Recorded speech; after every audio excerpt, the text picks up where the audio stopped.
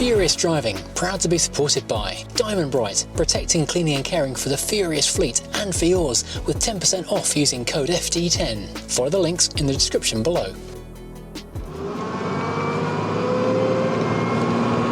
Hello and welcome to Furious Driving, and today I'm sampling some proper British luxury from the mid-1990s. This is a 1996 Aston Martin DB7 3.2 supercharged. And it is a very refined place to be. Two bits of housekeeping before we get going to really enjoy this car. First of all, this car is actually for sale at Percival Motors at Lenham in Kent, so hit the link in the description below if you're interested in actually buying and owning this particular fabulous car.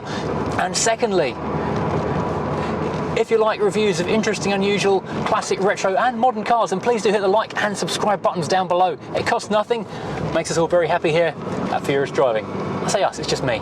Anyway, on with the review. The straight 6 DB7 was envisioned as a grand tourer to sit below the sledgehammer that was the flagship V8 Virage, which had been introduced in 1989. Now, Project XX, as it was known, ran from 1994 to 2007, but it started a bit before that, quite a long way before that in fact, because believe it or not, this thing is underpinned by the original chassis of the Jaguar XJS from off of the 70s. However, it had undergone quite a lot of changes by then.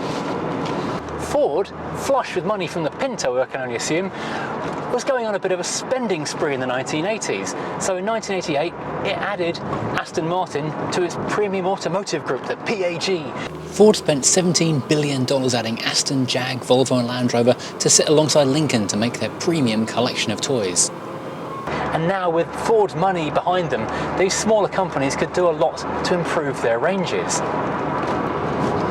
And believe it or not, the Aston Martin had started life as a Tom Walkinshaw project. Now, TWR, Tom Walkinshaw Racing, he was a racing engineer. He obviously looked after racing cars, but also did a lot of outside consulting and development work for the OEM manufacturers. It was actually his company going down, which potentially took down the Rover in the end. Now, the DB7's development was convoluted to say the least. It's often said the DB7 was developed from the Jaguar XK, but in fact, it was the reverse. Now, Jaguar's pockets were not deep in the 1980s, and they had been developing an XJS replacement on a shoestring called Project XJ41/42 for coupe and cabrio, based on the old car, but Ford decided it was too heavy and too expensive, so cancelled it. Meanwhile, Tom Walkinshaw had raced XJSs in the 70s and 80s and thought there was a lot more potential there, so had independently been working on rebodying and updating the old platform. He'd wanted Peter Stevens to design it, but he was too busy, so he hired a young Ian Callum to design his new body. He presented the car to Jaguar, but they passed on it. However, despite their deeper pockets, Ford were not keen to splash any serious cash in Aston's direction for new models, so Walter Hayes, Aston's CEO, approached Walkinshaw to take on the new car. It was renamed Project XX, and Callum was brought back to adapt the design to the Aston family look. And it was revealed at the 1993 Geneva Motor Show by Jack Nasser, Ford's CEO, and the reaction was overwhelmingly positive. So positive that Jaguar suddenly took an interest, and under codename Project X100 and designed by Jeff Lawson, they set to work developing the XK version of this new car. The car was engineered by TWR in Oxfordshire, who also built the engines for it in their Kidlington factory. Interestingly, the DB7 wasn't built at Newport Pagnell, Aston Martin's spiritual home. Aston bought the Oxfordshire plant that had built the Jaguar XJ220 after it ceased production, but it was the only model they ever built there. It was also the only model to date built on a steel unit construction chassis, as that had been inherited from the original Jaguar, Aston's before and since being built from aluminium. This was the highest volume Aston Martin built up until that point, with around 7,000 cars made. So looking around the outside of the DB7, it is a handsome car, even more so in this quite unusual Quantock blue, which I don't think I've ever seen before. Doesn't look a million miles away from the Azzurro Fantasia on my Alfa 145, also an unusual colour which works surprisingly well. And I'm sure you will not be shocked to hear that this is an Ian Callum design.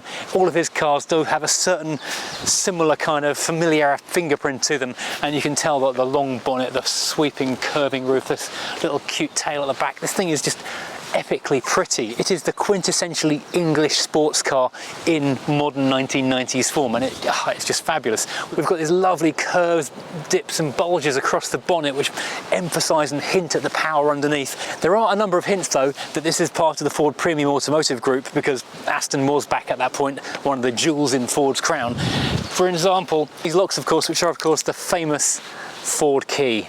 Yes, the Tib disc tumbler lock barrels, but with 2 more discs than Ford, who only used 6, Aston and Jaguar use 8. And also on the door, the only non-Ford sourced items in the car, the Citroen CX mirrors. Mazda being part of the big Ford gang, it has Mazda 323 door handles and also taillights.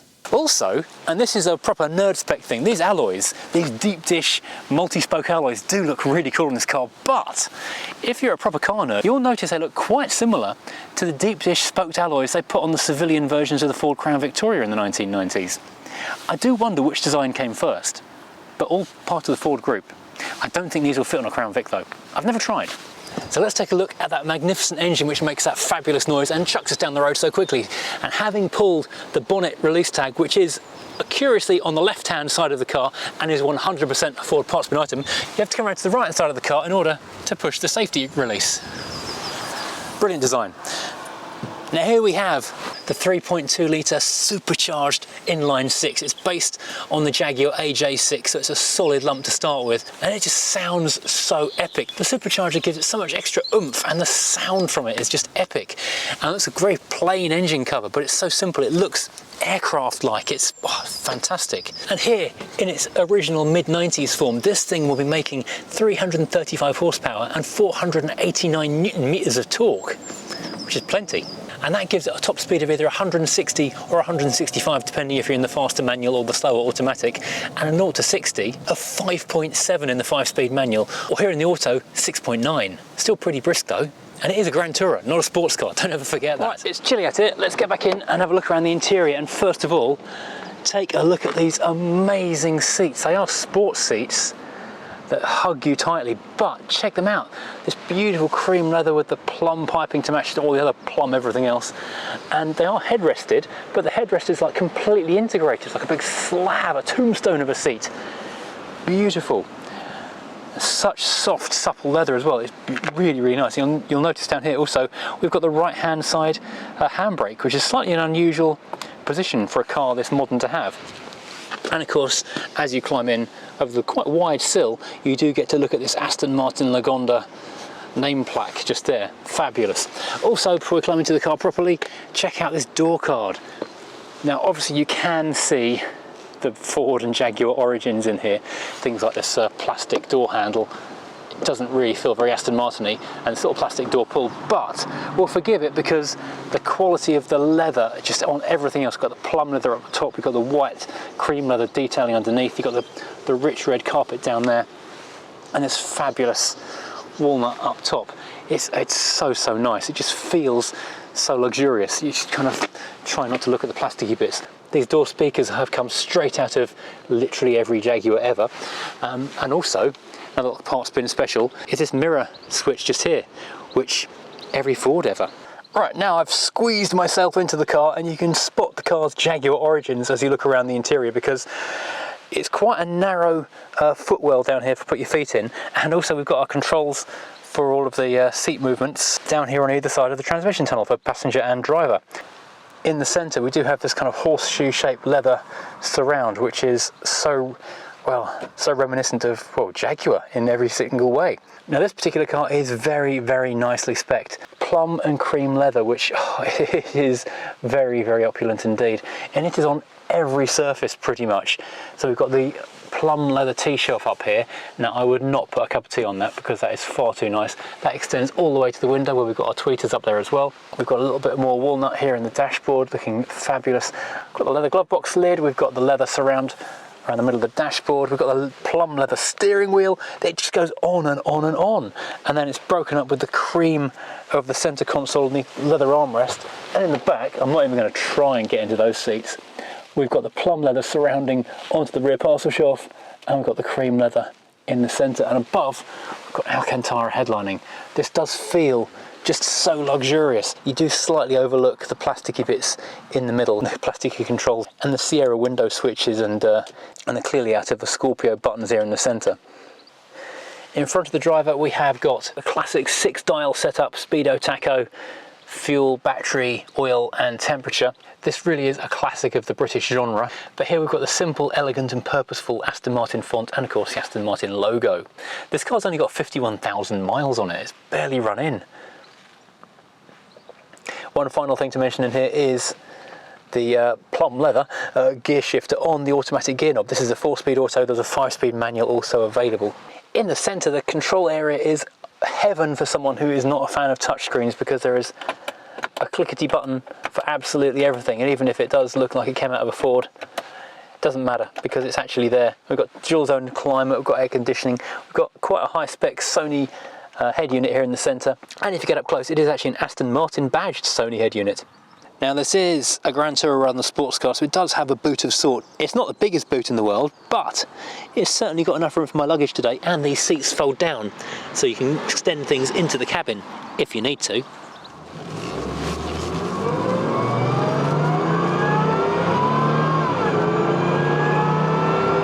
Oh, that is good. That supercharged whine is kind of intoxicating. Now the thing about this car is it's not a sports car, it was never advertised as a sports car, it is a Grand Tourer, which means it's a posh way to go fast in comfort, rather than an MX-5, which is just a cheap way to have fun on twisty roads. And it feels, well, when people say a luxury English car or a luxury British car, this is what they're talking about. You've got this sumptuous leather, the smell of it just hits you when you get in, the colours, the wood, the feel. I know it's a Jaguar, I know it's an old Jaguar underneath, and I know it's tight. It is quite a cramped cabin. I've got not a great deal of elbow room, very little foot room, and the headspace is a little bit tight as well. And don't get me started on the view out of the rear three-quarter trying to leave an angled junction, but it feels special. And that is an important thing with a car like this, because you're buying it more for the experience than anything else. Because it looks good, it sounds great, and it just makes you feel like you're in a special place. These seats are oh so comfortable, has to be said, and the feel of the leather wheel is, oh, this is chunky for a 1990s wheel. This is super chunky. This is the big advantage of the Aston over the XK, as well as a lot of other chassis tweaks and things. The fact you can get a manual box in it does make a huge difference, although this being the 4-speed auto, where's the Grand Tourer? What are you going to do? But every time you blip the throttle and that whine just comes from the supercharger, that's something else.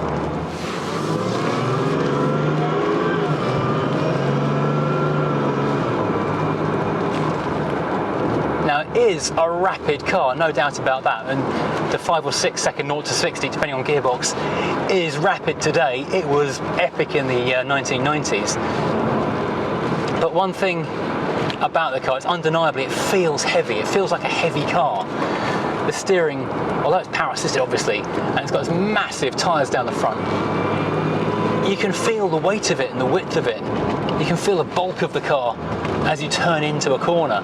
It carries itself well, don't get me wrong.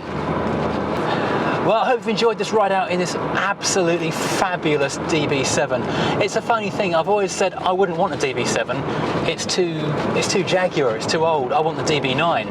But having driven this,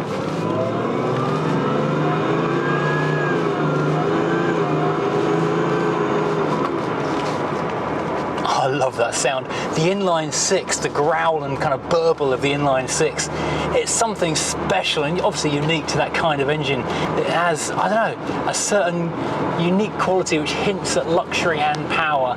It's a different kind of aesthetic to a V8, and something I do like rather a lot. It's actually really rather good. And the whole feel of this thing, with its, oh, just beautiful leather, the smell, the feel. Yeah, I could quite happily cross a continent in this with no bother. If you have enjoyed this, please, as always, hit like and subscribe and join me again driving something completely different.